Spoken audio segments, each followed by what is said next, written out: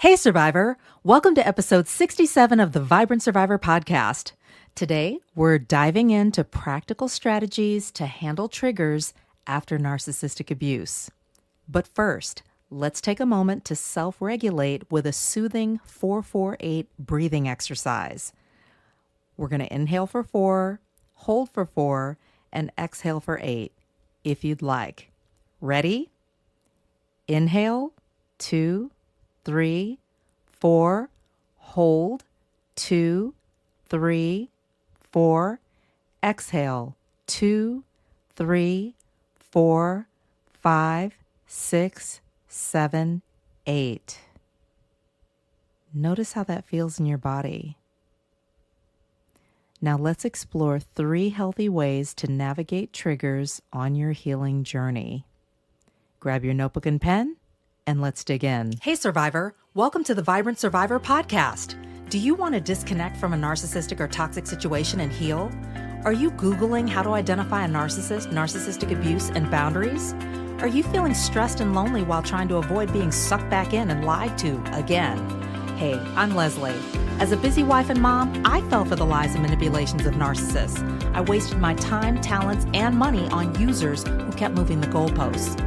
I wanted real relationships and business opportunities and to enjoy life with my family.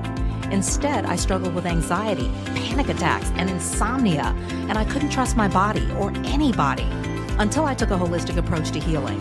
In this podcast, you'll find tips for healthy living, trauma healing, and boundaries so that you'll have the freedom, confidence, and inner peace to respond, not react, after narcissistic abuse. Take a deep breath in, let it out slowly, and just relax. This time's for you. Hey, Survivor! Are you tired of feeling exhausted, stressed, lonely, and stuck in narcissistic relationships, and you just want closure and healing? I spent years rationalizing toxic relationships and dysfunctional environments in the name of community, connection, and career. As a result, I wasted my time, talents, and money on users who kept moving the goalposts. One of the worst was an alleged murderer who discarded me after I caught him lying, stopped helping him for free, and held my boundaries. Even though I dodged a bullet, I felt depressed, ashamed, and I doubted myself. I want you to know that you don't have to suffer in silence, feel alone, or crazy anymore. Come and experience the power of creating your own closure without the permission or participation of the narcissist.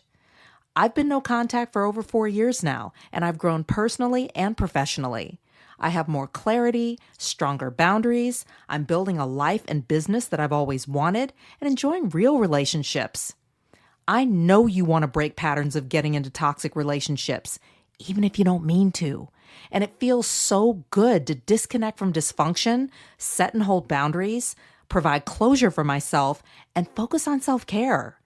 And to empower my kids to do the same. Go to closurecoachingsession.com right now and get ready to heal after narcissistic abuse. In episode 4, I share my experience of being in close proximity to an alleged murderer. And I'll never forget the moment when I found out about the murders and the shock that ripped through my body and left me hyperventilating in the arms of an employee on the locker room floor at my gym. Yeah, that happened. This same trauma response would plague me for a while when triggered. And after a couple of years of peace, it reared its head just this past weekend when I was overwhelmed by the gravity of Preston Lord's murder. I felt sad, helpless, and a deep desire to turn back time. And I had a panic attack. Then came the self-blaming and shaming for something that I thought I should be over by now. Can you relate? The good news is that my trauma response wasn't nearly as long or intense as it was years ago, and I have a lot more education, experience, and tools in my toolbox.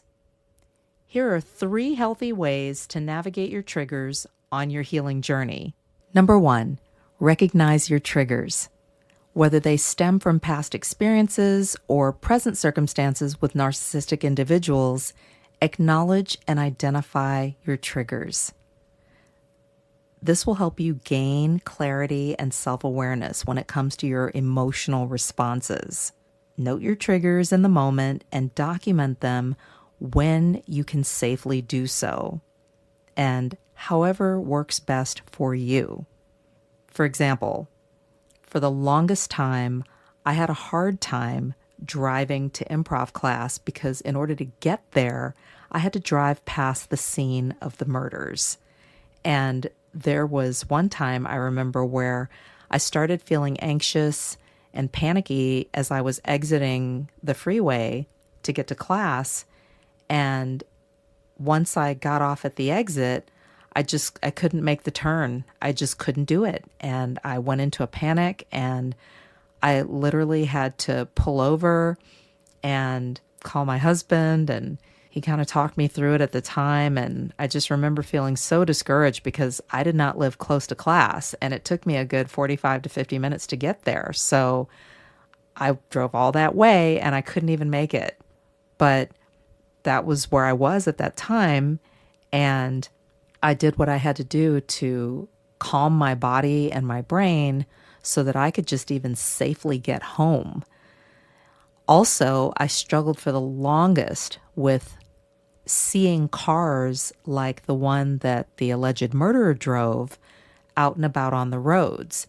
And I noticed that when I saw a car like the one he drove, that I would get really anxious. I would kind of lock up, and I could be on my way to trauma yoga class, let alone running some other errands. And it would just hit me as soon as I saw the vehicle. And it didn't even have to be the same color, but just even the make and model would be triggering. And at the time, it was a very popular model. So that was a real struggle for me. And once I noticed these patterns, I was able to come up with a game plan to be able to navigate the situations so that it wouldn't just take me out and I wouldn't feel defeated. Number 2, practice grounding techniques. Ground yourself in the present moment when you're triggered. This empowers you to regain a sense of calm and self-control. You can do a body breathing scan where you start from the ground up and just breathe deeply and focus in your mind on a particular area of your body. So from your feet to your head, and just stopping along the way at different parts of your body and noticing what's going on. How are you feeling? Another thing that you can do is to scan the room with your eyes and call out objects that you see as you're scanning. There's a plant. I see a desk. There's a candle. There's a blue chair. There's an area rug. There's a magazine stack. There's a coffee table. And notice how that feels in your body. I know for me, that really helped me to come back to reality and to calm down, find that balance in my brain and body that allowed me to continue on, say, for example, in the therapy session, or come down off of a panic attack or a moment of anxiety or being hypervigilant. Number 3, implement healthy coping strategies.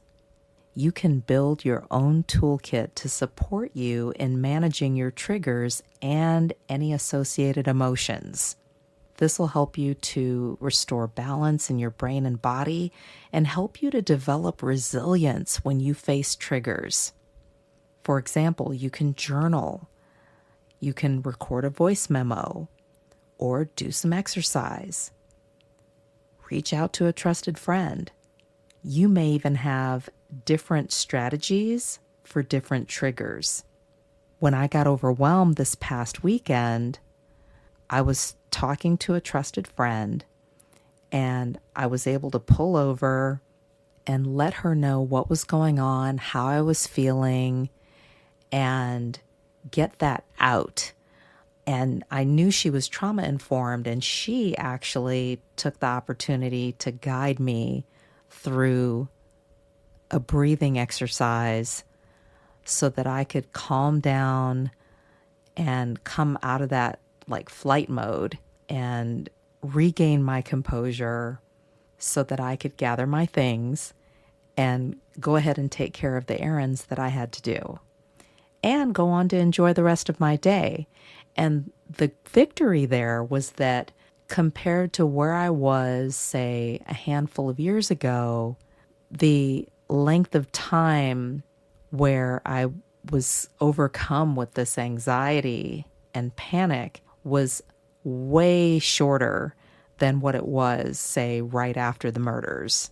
And it's so important for you to celebrate your victories in that regard, because it's easy to self-blame and shame and let that be the focus. I backslid. Oh my gosh, it happened again and I was doing so well.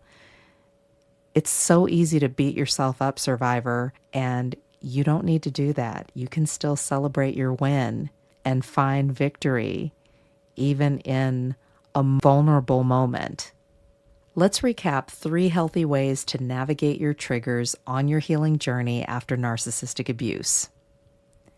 Number 1, recognize your triggers. Number 2, practice grounding techniques. And number 3, implement healthy coping strategies. Remember, healing isn't a race, so give yourself grace. Thanks for tuning in, survivor.